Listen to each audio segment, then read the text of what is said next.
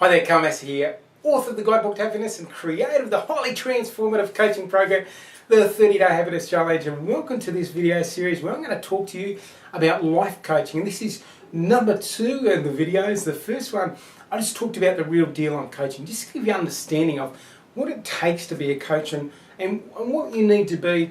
And one of the first things he said is you don't need to be perfect, you don't have to have university skills, you do need experience, and you are about providing perspective. So, and I talked about a couple of things that I'm going to talk about here today. What I'm going to talk about in this video is how to become a great coach and what constitutes a great coach. And I'm going to draw on the experiences of and the research of someone that I find fascinating, and that's Brené Brown. She talks about shame, and she's studied and researched shame and vulnerability for 10 plus years, written some great books. One of her latest books is Daring Greatly. I strongly suggest you check that out. But one of the things she talks about with shame, and when someone has deep shame over something they've done, and this might be something that comes up in a coaching session or coaching call or whatever, and she suggests that one of the antidotes to shame is empathy. Empathy is like you being there and going, yes, I understand what you're saying. In fact, I've done that myself. That's empathy, sort of non-judgment, and going, yes, I've done that as well. So someone goes, I'm not the only one. So a lot of times in the coaching thing, being a great coach is actually allowing yourself to be vulnerable. And there's great courage in that. You sharing your story. You saying about that relationship that nearly crushed you, that where you were so depressed you couldn't get out of bed, that went on for 3 months and you struggled your way through it. That sort of stuff allows you to sort of connect with your client. And what you're essentially doing, and I talked about this in the last video, was you're providing perspective. So you're saying, here's where you are now, and here's where you are as a coach, somewhere out here. You've gone through a couple of these steps. So you offer perspective of what this person needs to go through, what they could go through to get out the other end. So that's one of the greatest things from a coach, is giving that perspective. And the thing is, you're not caught up in that person's emotional struggle, that person's emotional challenges. What you are is you're coming in, you're seeing the bigger picture, you're not emotionally caught up, so you're thinking clearly, you've got this ability because there's good blood flow through your body, you're getting good oxygen into your brain, and you're sort of looking at things from a high perspective and giving better strategies, better tips, better tools that someone can use to move through the process. One of the things we talk about is compassion as well. So what makes a great coach is someone who is compassionate, who is truly there with a strong desire to help their client. And the funny thing that happens when we're coaching, and if we come in from this place of deep empathy, this place of deep compassion, and we truly want to help this client, you'll be amazed at what insights you have. When you open yourself up to this compassion, to this empathy, and to this strong desire to help, the stuff just comes in that you need. Funky as it is, whether it's higher consciousness, whether it's subconscious, whatever's going on there, when you come from that place of your heart, so often when you're working together with a client, you will find the thing that you need to find. You'll come up with a little insight. You'll go, well, I just had this random thought. What do you think about this? And the client will just go, holy crap, how did he come up with that? Like, that is freaking awesome. That's the sort of stuff when you come from that deep place of compassion. So first and foremost, as a coach, it's not about, look at me, how cool I am, and I'm good, I'm earning the 6-figure income, I've got this great job, blah, blah, blah.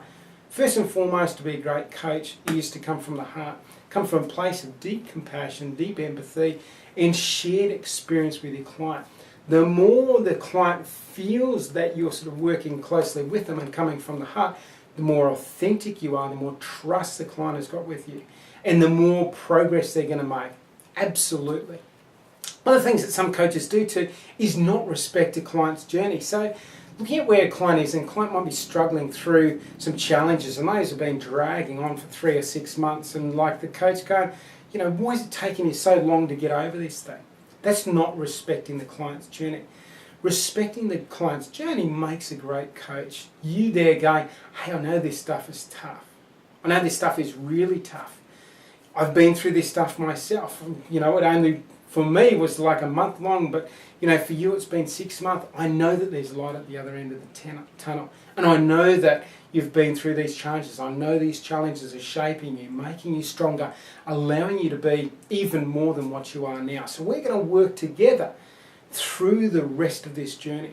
So we need to, as great coaches, have deep respect for our client's journey and not to belittle someone because they haven't got there yet. So again, it comes down to this compassion, it comes down to this empathy, it comes down to truly listening to and hearing our client and caring deeply about our clients. Now, some of the other things that make great coaches, and this is, some people have this intuitively, some people need to be taught more of it. It's listening skills. Deeply listening. Not sort of thinking about what you're going to say next, but truly listening to your client. Hearing what they have to say. Thinking about what they have to say. Maybe putting a question back to them that allows that client to go deeper. Because what happens when we ask the right question, it causes someone to start processing. And all of us, our clients included, have got incredible minds, incredible capacity to really solve their own problems. We're helping guide them through that process. And there's sometimes we might be able to see clearly what the client is or isn't doing that needs to be done to get themselves through a particular process. So we might ask the questions to take them there so they work out the insight for themselves. They process the insight. They understand it at a deeper level because they figured it out themselves. So that's some of the things with the great coaches, great questioning techniques. And to be a great questioner, you need to be a great listener. The other thing to be a great coach is to have fantastic strategies. And that's one thing we teach extensively in Bali and in New York with our course, is strategies. I mean, that's my strength. My strength, I call myself a happiness strategist. I was a strategic planner at a high level for about 14 years in the army, 5 years consulting to Olympic Games. So I've been doing the strategic thing for a long time. So I'm very good at coming up with specific strategies. And from I look at things and try to find what is the thing that's got the biggest return on investment. So what can I get, what strategy can I use which is going to get the greatest results with my client in the shortest possible time. I've probably read about 500 books on, I don't know, psychology, neuroscience, social psychology, success, personal growth, personal development, all of these different things. So I've pulled out from each of these some of the key strategies, and that's the sort of thing that I use in my coaching practice, and I certainly teach to my coaches on our Life Coach training course. Absolutely. The more strategies we have in our toolbox, something comes up with something, we sort of pull it out, hey, let's try this one. Let's try some anchoring. Let's try some NLP. Let's get this vision thing right. Okay, let's close the eyes, guided meditation. Okay, let's do something to wind down this sympathetic nervous system, this fight or flight response. There's a strategy. Bang, bang, bang. So a great coach has a lot of resources, a lot of strategies, and that's certainly something that we teach extensively on our courses.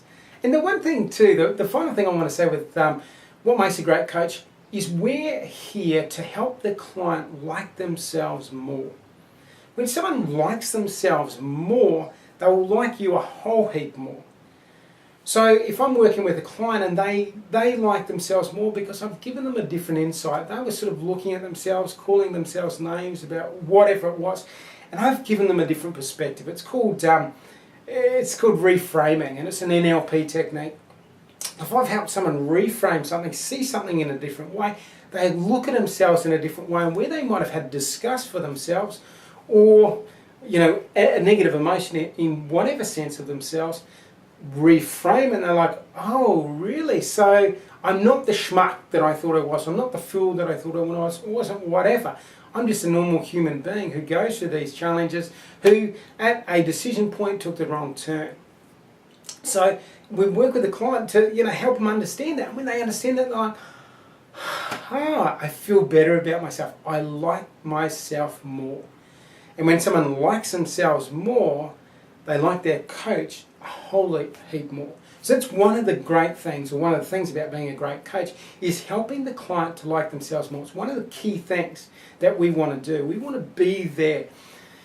You know, getting down to a therapy space, and I deal a lot with therapy as coaching. I mean, if we talk about coaching, classic coaching is, here we are today, here's where a client wants to go, we help them overcome obstacles. Therapy, on the other hand, is getting into the past. And I do that personally. I get into the therapy space, and that's some of the stuff we teach on our course as well, is getting back into looking at some of the therapy stuff to understand what might be root cause. So there's sometimes going back there, what we're trying to do is help someone increase their self-love. It is really one of the key things with most coaching clients. It's increasing self-love. When we increase self-love, all these other things fall into place. Now, I don't like to bandy around the L word there, because it like scares a few people off. Whoa, hey, easy up on the L word there, champ. But I need to throw it out there. The more someone loves themselves, the more they're going to love you as a coach. And that's what you want to do. You want to be there, have that person thinking you're great. They're going to tell everyone else about great marketing strategy, you being great at what you do. So there you go. That's the second one about what makes a great coach. I talked about empathy, compassion, a strong desire to help, respecting your client's journey, truly respecting. And then skills, and I talk about we build up those skills, give you a whole bunch of tools, tips, strategies that you can use with your clients. And we want our client to like themselves more. Now, if you've got any questions, or you've got any questions about the Bali course, the Mallorca course, if you've got any general questions about coaching, if you would like to pick up some specific tools, tips, strategies right now, just check out the resources section in the world's biggest gym, Life Coach Training Course. And there's some great resources, a 4-week mini Life Coach Training course there where you can pick up some great resources. But otherwise, I'm going to see you for video 3 in a day's time, where we talk about how to market your coaching business. So I hope you have a fantastic day. All the very best, and take care.